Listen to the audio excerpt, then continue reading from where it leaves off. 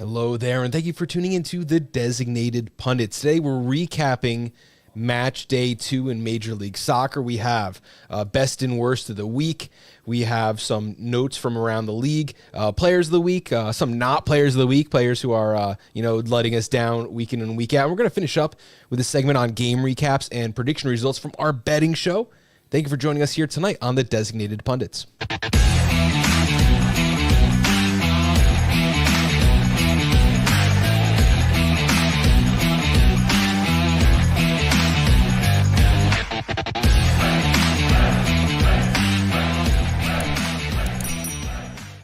And make sure if this is your first time watching the Designated Pundits or listening to us, you hit that subscribe button. You know that bell icon every time we go live every Monday, 8:30 and Thursday, 8 o'clock p.m. One with the recap show and one with predictions and best bets for the week. So make sure you subscribe. This is going to help us bring videos like this to you each and every week. I'm Bob here with Scott and our special guest here, Kellum, who's going to help us break down Major League Soccer Match Day 2. How you guys doing? Great.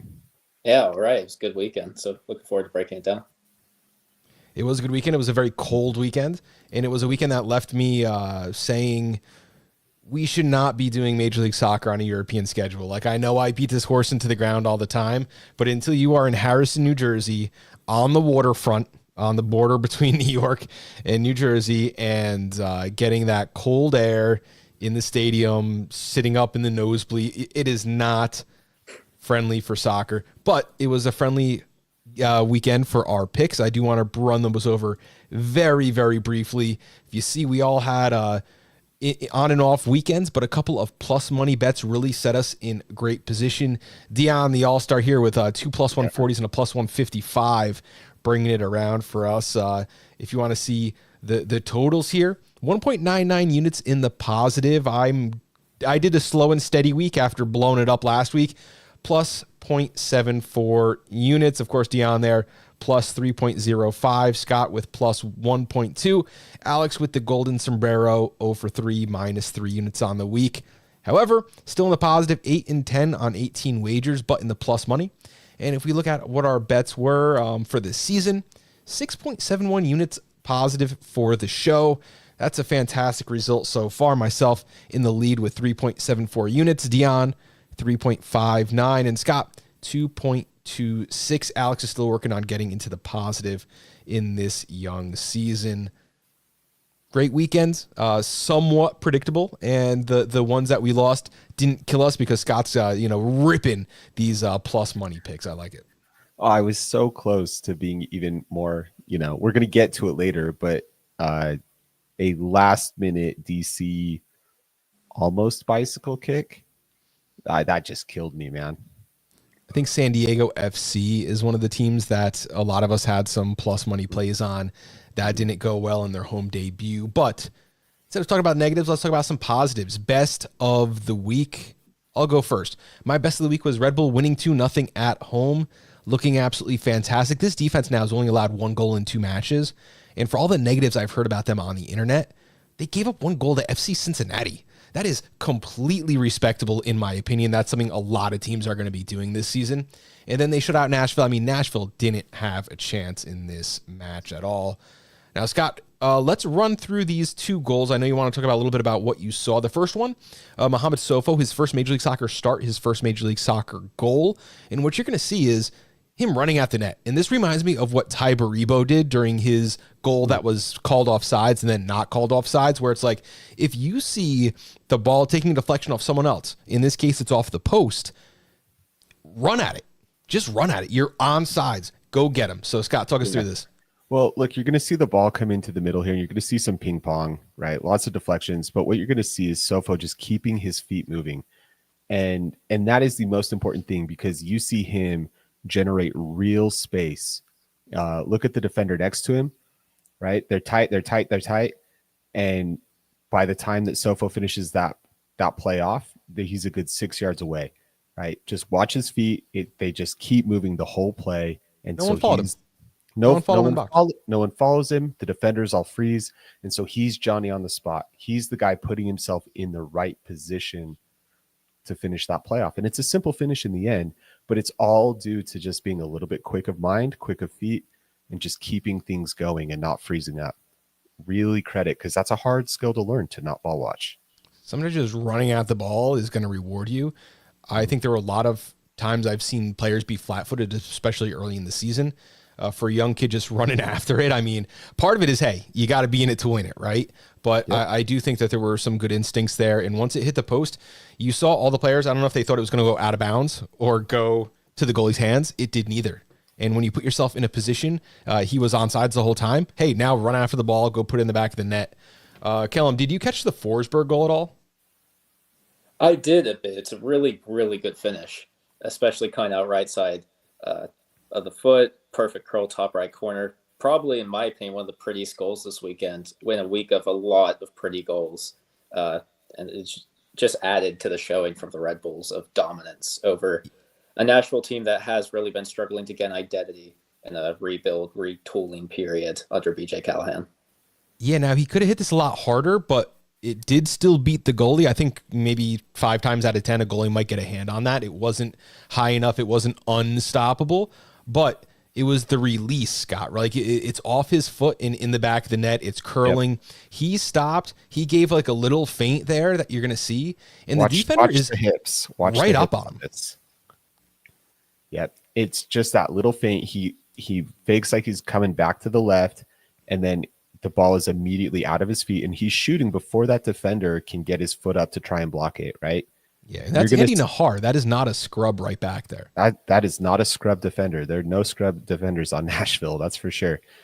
The thing, you're going to see a lot of other players try this, and they're not quick enough to get the ball out of their feet. They're not clean enough. The thing that Forsberg does so well there is that he's generating this shot before anybody expects him to generate this shot. It doesn't have to be perfect to beat the goalie. It doesn't have to be in the corner. It doesn't have to be a rocket. He just has to get it out of his feet. And that's what he does so well, is he's so quick in turning that possession into shooting. Yeah, and that's the trade-off that he'd had to make. Like, if he could hit a rocket, he could get it higher up in the corner, but you're trading seconds, really valuable time there. Exactly. To finish up kind of talking about the Red Bull here, Choupo-Moting, 20 of 21 passing. He hit the woodwork there. 19 duels won, 3-0 in the air. It's exactly what Red Bulls were missing. A big body who could be in the center, occupy a lot of space.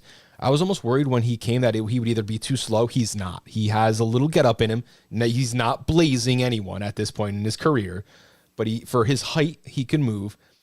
And Red Bull isn't just saying, "Oh, we got a big guy, let's just cross it in the center." Right? They're taking their time. They're still looking for these chances. Even in Forsberg's goal, he had the option, "Hey, you fling it up there," but they're not. They're really looking for it, and they're not trying to walk it in. They're trying to, find themselves in a really good place. Red Bull defense dominance, no big chances for Nashville. 2 of their 10 shots on target. Red Bull now 5th in the league in tackles and tackles won, 1st in the league with 35 blocks, 5th in the league in tackles plus interceptions, and only 18 fouls, which is tied for lowest in the league, which is a huge change from what you've seen on Red Bulls, especially pressing in the past there. Kellum, why don't we go to you and talk about the best thing you've seen this weekend? Yeah, I've seen the bicycle kick, or what you called earlier, a tricycle kick goal. That's been mentioned as some of the best of the week. And we will get to that, because the best thing I saw this week was the DC Chicago Fire 2-2 game. You had chaos in the first 10 minutes that led to a Benteke goal, and DC probably should have had more. Hugo Kuipers scored 2 goals that were exactly the same, right in back post. Chris Brady got on the MLS team of the week because he made 2 absolutely unbelievable saves, one top right and one a reaction save to a Benteke header. And it all led to being down 2-1. DC had already missed a penalty, because when you live by Benteke, you die by Benteke sometimes as well. Yeah. And he skied that. I think that one's still in orbit. That's Sputnik up there, That ball's still rising. Brady also read it correctly. I think he could have gone to it, but I mean, hey. He was not challenged. Brady, no. I could have pulled those up, but it was just a highlight reel that someone else posted on YouTube. I don't need to steal videos when we have so much good stuff to talk about. Here's the Morel goal. And, he is someone who played really well at the end of last season. In fact, whenever I looked at him on the score sheet, I thought it was like Muriel. Oh, this guy's finally putting one in the... No, it is not. It is a nice young player who's doing really good things. So let's take a look at what that looked like. It's from a corner. You see right to it's bounced back to the top of the box, kicked back out wide, comes back inside, kind of open, could have settled it, or flick it over your head and into the back of the net. I want to know if that was intended to be a shot or a pass or a cross. Any guesses, Scott? I think he's just trying to get that ball into the mixer. I don't know that he's trying to do what he does. It's kind of like that Steph Curry shooting threes thing. There's a moment where every coach watches him shoot a three. Steve Kerr watches him shoot a three, and he's like, dude, that shot, like that's the one you're choosing to take. And then he watches it go in, and he's like, okay, right. There's a point where you're like, that's a bad soccer decision to not try and settle that to one of the players who's facing goal and has a better line on it. But man, sometimes it works out for you. And who else can he really trust on that team? Because Benteke missed the penalty. Dominic Baji missed on his big chance. I was shocked to find he was still in the league. But yes, he was playing for DC United, and he missed a huge opportunity too. So sometimes you just got to, put one in the mix, keep the goalie honest, even if it's just, hey, you're going to have to parry it. You're going to have to step out of your comfort zone. That's okay sometimes, just to test him. And here, the young guy, Jacob Morel, gets a nice little goal. Again, we don't know what we're calling it. It's not a full bicycle. Tricycle, I guess. No. Unicycle? Maybe like, those like primitive bicycles where the front wheel's really big and the back wheels are like kind of small. Yeah. And like you need a ladder to climb up on it. Like, it's a penny farthing. I am not shocked that you knew what that was called, but that is what we're calling it now. That's the penny farthing. I love it. I'm fully on board with that. Scott, you're up. Best thing you've seen this weekend. All right, best thing I've seen this weekend. You're going to get 2 for 1 from me. Both kind of quick. The first one, I'm going to be a little bit of a homer. It's RSL actually having a template for how to be, find some sort of wins in this season without a Chicho type star on the roster. All right, it's that, be in control of the game, dominate the ball, and then generate the opportunities that play to your strengths.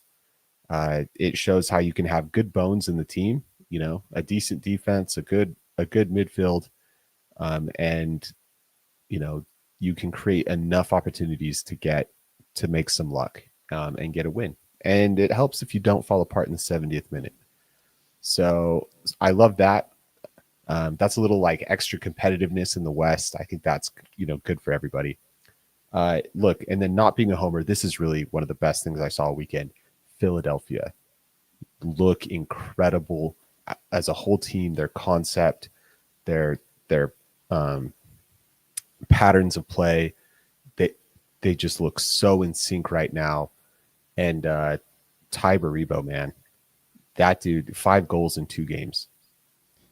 That guy looks unbelievably good right now. His ability. Go ahead. No, after you. Okay. Well, his ability to just find space in the pockets made so many goals just easy for Philadelphia. It just made the dominance already in the midfield. Just the end product was just a walk in the park for them. I thought Cincy was going to be a top contender team this season. And there's a part of me that still does think that. And Philadelphia made Cincy look really, really bad. Like it's what you just said, Callum. The goals that they scored were so easy.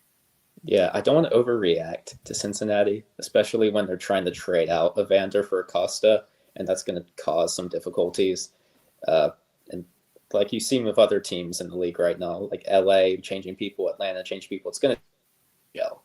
But it already has seemed to gel for Philadelphia, so that's a great sign for them. And part of it is just Bradley Carnell. I mean, they've had this narrow 4-1-2-1-2 formation, add a little bit of press, and it's like these guys are popping to life.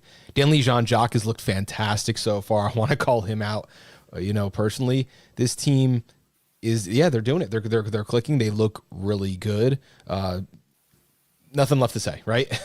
Yeah. We can move on now. Let's talk about some negatives. Some of the worst things that we have seen this week. Mine is home teams going 9-3-3 and San Diego not being one to find the back of the net. They did enough to win, 0.97 XG. St. Louis had 0.09 XG in comparison. It was a boring show. Ingvartsen missed a couple of really, really big chances. But I think the story here, Irving Lozano leaving with an injury quite early and the team not really having enough ideas when he's not pulling people away. And I think that when he left the game, you saw the defense for St. Louis. They're running a 5-man back line now. It's not something they've done in the past. They're wide. They're pitch to pitch when they're playing up at midfield. As that defense is moving back, they're getting thinner and thinner. They're getting so compressed, so compact, and they're telling San Diego, take something from the outside and beat us. And I really think without Lozano there to maybe pull a defender or two out of position, there was really nothing going on. And I'm equally disappointed for San Diego and us because 3 of us had pro San Diego plays in this matchup. And I think that they were, like I said, the better team. The fans certainly deserve to see a goal in their first match in Major League Soccer. But that injury, Irving Lozano, that's going to have us looking a little differently at San Diego here. But St. Louis, man, we were told, oh, they're going to score goals, this and that. They were completely inept in offense. But that defense is going to be hard. And when they're on the road and they're bunkering against teams like this, you're gonna have some surprise results, I think, this season. Yeah, and I think we are going to see them try and be defensively stout, especially on the road.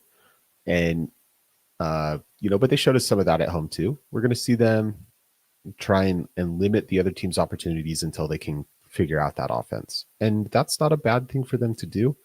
As a St. Louis fan, you love to see your team managing the situation that they have. So, a little positive there for St. Louis fans, even if the offense is still inept. And Callum, you're going to bring us through a bad defense, one that I think was also quite poor, and that's Atlanta. We have some videos of Zaha's debut. He missed last week with the birth of was it a son? I believe so. Birth of his first child, and now he made his debut match day 2. Very important for him to get back out there, and had a great showing. Well, it was great for Zaha, obviously, in his debut, but very disappointing for Atlanta and hard for me as an Atlanta writer to cover the team because especially when the first half started, Atlanta dominated possession, dominated shots, created good chances with Valmeron, and then everything just started to fall apart in the second half. So if the video is ready, sure, we'll go with the goal first. Yep. Yeah, that's first one. So what you didn't see here at the beginning of this, that's the first one with Zaha, yep. First off, Guzan it's a fine save, but when you're a goalkeeper and you don't get set on your line quick enough, you're left reaching for a shot and you can't take a step over to get to it. And he just was very slow all day as well, just going out of the back or reacting to saves. And that's what caught him there. What wasn't shown earlier in that goal was Matthew Edwards, the young Atlanta right back, who has played his second professional game due to our injuries to Brooks Lennon, Ronald Hernandez, all our stars we usually have. And he overstepped to a really long clearance from Charlotte, and that it led to this Adaba breakaway. And then Zaha, I pulled up the wrong video, but I'll get the right one now. This was the first goal, another just poor clearance there from Derek Williams. And if you watch BL's run back, Abram, who's usually our left center back, was pushed way high up as the left back, filling in for our injuries, and he just was never able to get back on BL. So just poor positioning, simple mistakes, reading the fly of the ball, because both goals came off Charlotte clearances from inside their own 18. Yeah, and that reminds me a lot of San Diego's goal last week where it was Thomas Angel dropping to Dreyer, and there's no one tracking. I mean, he is wide open for that assist. Again, the ball comes over the top. Yeah, it's a good breakaway. It bounces around. I think the Atlanta two guys could have stepped up and seen if they could have made a challenge a little higher. And then two guys on the same guy up on the top of the pitch. No one's following the other two players he's not the only Charlotte player that's even wide open. There's another guy there he could pass to. Yeah, it's just, it was poor mismanagement. I'm not too worried about Atlanta yet, just because we are missing our 3 starting fullbacks. But it's not a good sign when the positioning is that bad. And, I mean, good for Zaha at least, celebrating the birth of his kid with a rivalry win. Mm-hmm. I actually thought, too, that Atlanta's defense, I didn't think they were that bad as long as they weren't in transition. When Charlotte had the ball and Atlanta had time to get back and kind of set, then things were kind of manageable. I didn't think Charlotte's offense actually looked that good in those situations. It's a situation that happened a lot under Gonzalo Pineda as well. And at the time, it was also because we didn't have the players for it, transitional defense. The only player who even has a chance on that play is Gregerson, who was brought in to be able to handle those situations. But when you have a center back playing as a left back and a homegrown player starting his first time, they're going to make mistakes. They're out of their normal feel and comfort for the game. And that's how they were just able to exploit space. I think the plan for Atlanta this season was just to outscore your opponents, though. Looking at this team, there are some really good players. Williams, Gregerson, Abram, Amador, Brooks Lennon. Not exceptionally deep in the back here. And Atlanta relied a lot on Brad Guzan last year. I said the wheels were going to fall off last year. They did not. He proved me very, very wrong. But Father Time is undefeated. And when I look at that first shot that he parried 15 yards away, I think a younger Brad Guzan maybe gets in a better position, knocks it down, or even catches the ball. Now, it's a rocket, and I don't want to act like goalkeeping is easy at all. It is a thankless position, but I don't think that he put the ball in a position for his defense to succeed. I think you're right. I think a younger Guzan even a couple years ago, or pre that Achilles injury, he parries that ball into a less dangerous area. He doesn't knock it back into the middle of the box. Yeah, I'd say it's because there's nothing wrong with the parry, and it's more about what happens on the dive that causes the goal. But he let the impact of the shot get to him. Hands go back. That let it fall straight to Zaha. All right, now let's move to some players of the week. It's a really easy one. Ty Baribo, he got the hat trick for his team, but he wasn't the only player who had a really good performance this week. We've already mentioned Zaha. Let's now talk a little Dallas and about Patar Musa. Oh, yeah. Okay, so these stats were just insane. 56 touches on the ball. He had two of three shots on target, 5 progressive passes, a 0.5 expected goals, 0.4 expected assists. Then it ended up getting 1 goal and 1 assist, and it should have been 2. Very tight offside call late in the game, could have made it 4-3. He had 85% passing percentage, 10 progressive receptions, 6 recoveries on defense. And I know we don't have the video of it now, but if you go look at the second Dallas goal, the combination play with both Acosta and then the pass through the Colorado back line it's not world class, but it is very, very good. So he was my player of the week easily. Yeah, also goals in that one by Pedrino, a player is new to the club, not a player that was on my radar at all. And I'm gonna need some help with this name, Ziki Sebeling. And we talked about FC Dallas during our preview about him, a player who absolutely needed to step up. He's got his assist this season. Scott. Mm-hmm. I was just going to point out Petar Musa as well. I think it's the third goal. Again, another one we didn't get the video on, but the ball pops up and he tracks it. And any other forward is going up there and they're trying to head that ball, right? They're trying to get that ball up high and head that in. And he just has the presence of mind to recognize that he's not under pressure. He lets that ball come down to him and he flicks it with the outside of his right foot. I mean, that is ludicrous thinking. Okay. That's an obscenely crazy sort of skill to pull off in that moment with the game in that situation. He scores. I think one of the commentators or somebody on MLS 360 called it Zlatan-esque, right? Yes. Not my words. Don't come after me. Not my words. But they're kind of right because it's the kind of thing that he would do, right, Callum? Yeah, I was going to say that his 500th goal against Toronto was the one where he was able to turn his body and hit it with the outside of his right foot into the right side of the net. And that's just one of the best goals probably ever scored for LA. And this is just a tamer version of that. Yeah, it's an insane level of sort of calmness in front of goal.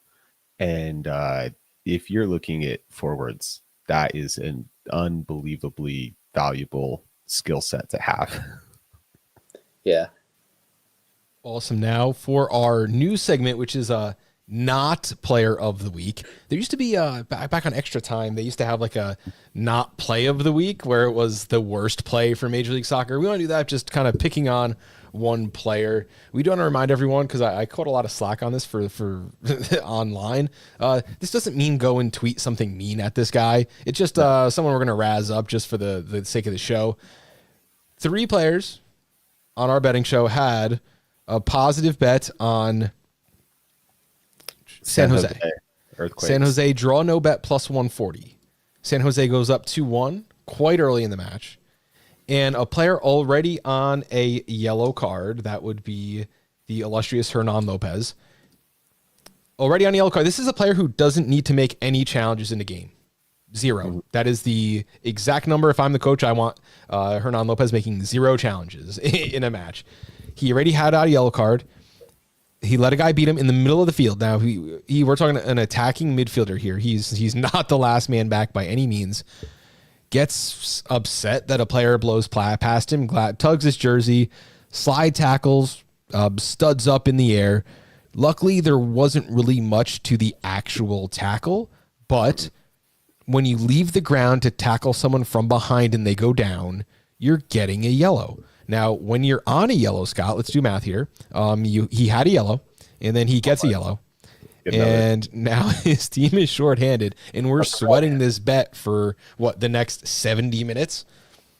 I was just flabbergasted when he did that because of the nature of the challenge, right? You get beat, but he goes and he throws himself out, right? He absolutely launches himself. He's got, both feet up in the air, parallel to the ground, 4 feet off the ground, diving in, and he is nowhere near the ball, just nowhere near the ball. It's not a straight red card by any stretch. He doesn't really make bad contact, but it's this unbelievably dumb way to get a second yellow. And his first yellow was dumb too. So just 2 really boneheaded plays for me. And if you're going to earn not player of the week, that is the way to do it.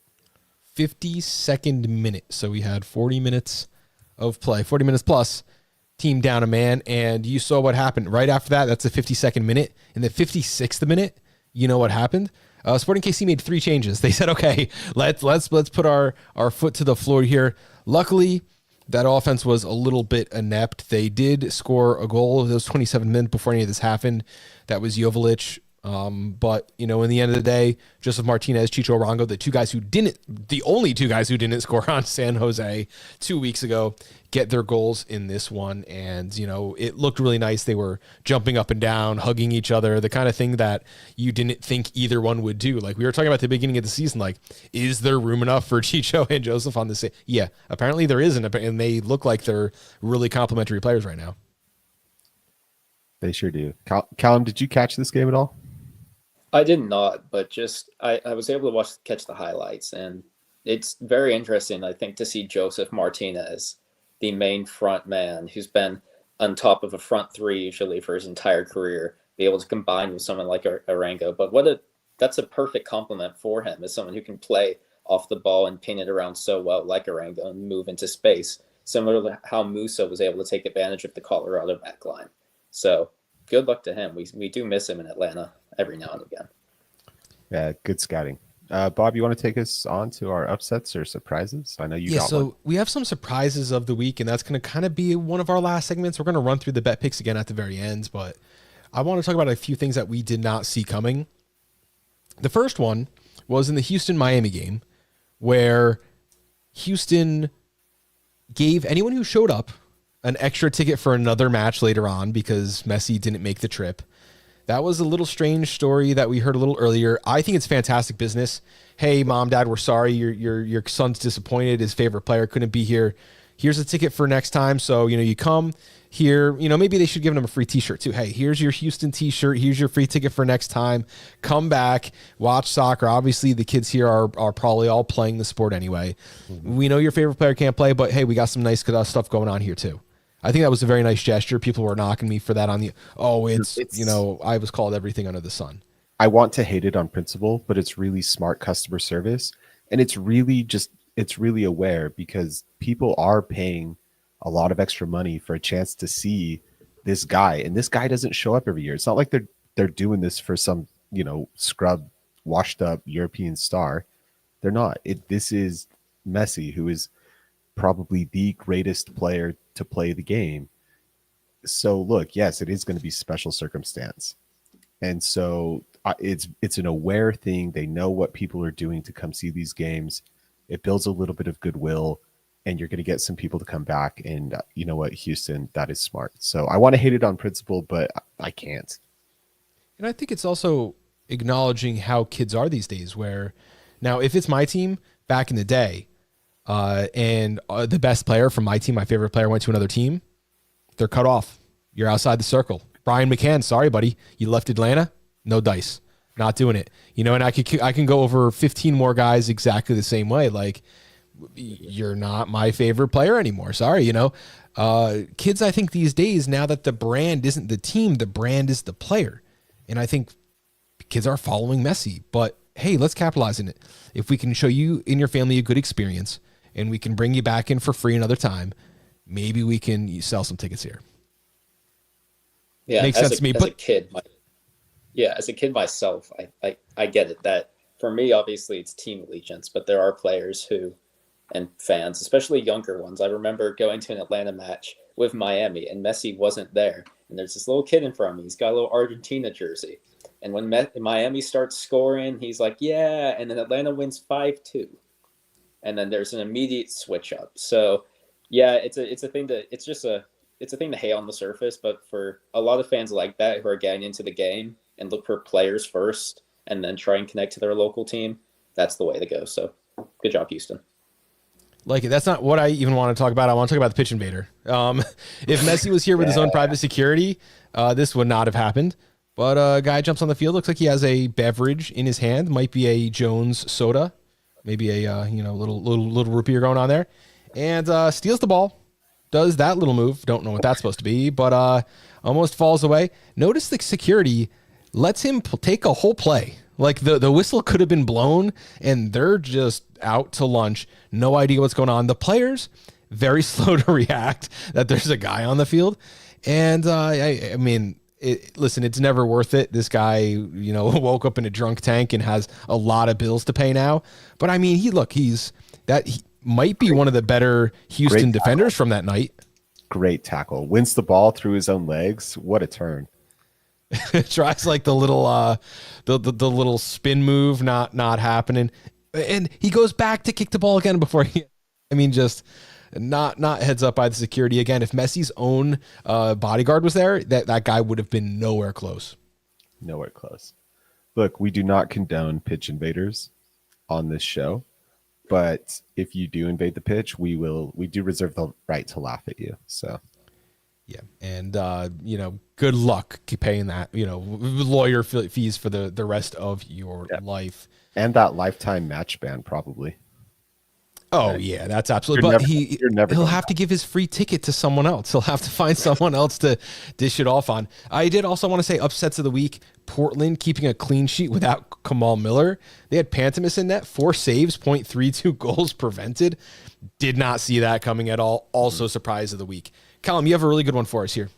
We already referenced it earlier. The Philadelphia completely dominating 4-1 win over Cincinnati. I mean, the goals were pretty. Movement in the front towards the ball. It through the defense. Just creates so much space, so many chances. Baribo was magnificent. He could have had 4 goals if not for an offside. So it was just a really good surprise. I love it, Scott. The same thing for me. But I'm looking at it kind of from the other perspective. Since he, for me, really underperformed. I am looking at them. Look, they lost to Costa, but they brought in Evander, right? So it's not like they lost. It's not like they downgraded a ton of firepower here, and their offense looked a little bit anemic. Buka, who's been fantastic for them, just nothing going on. Nothing going on. I thought the midfield really got overrun. I think this is going to be something they are just going to really have to sit down and look at and figure out. I think they've got just some real things to work through. The Cincy team is not high performing yet. I know they're missing some players on defense. I get that. But the offense should be able to click. It's not. I don't think they've got enough help in the midfield right now. I think they need another body. I don't want to get on my soapbox, but I don't think the back 3, back 5 that they're running right now is working to their advantage, especially not against a team like Philadelphia that can take advantage of it.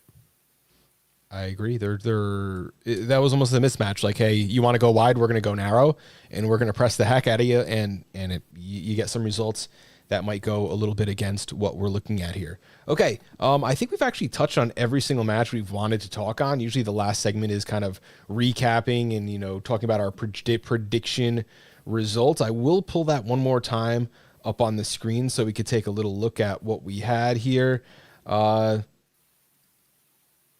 Seattle draw no bet did not work out for anyone, but there were some really good plus money plays. San Jose and the draw no bet plus 140. 3 of us had that one. Then you also had Miami plus 155. I just took the Miami team total at over 1.5, and that's something I'm going to be doing from now on. They're scoring 2, 3, 4 in every single match this season. So I saw plus 110 on Miami team total over 1.5 goals. Okay, they scored 2 at 40 minutes in. I was able to turn, I didn't turn the game off. I watched. It was prime time on Sunday. But had there been other matches on at that time, hit the remote, look at something else. Scott, any other results you want to poke at here? Yeah, I just want to poke at the Red Bull and under. I was sweating that one, but I thought that was going into it. I thought the logic behind it was really good. The Red Bulls are a good team on both sides of the ball.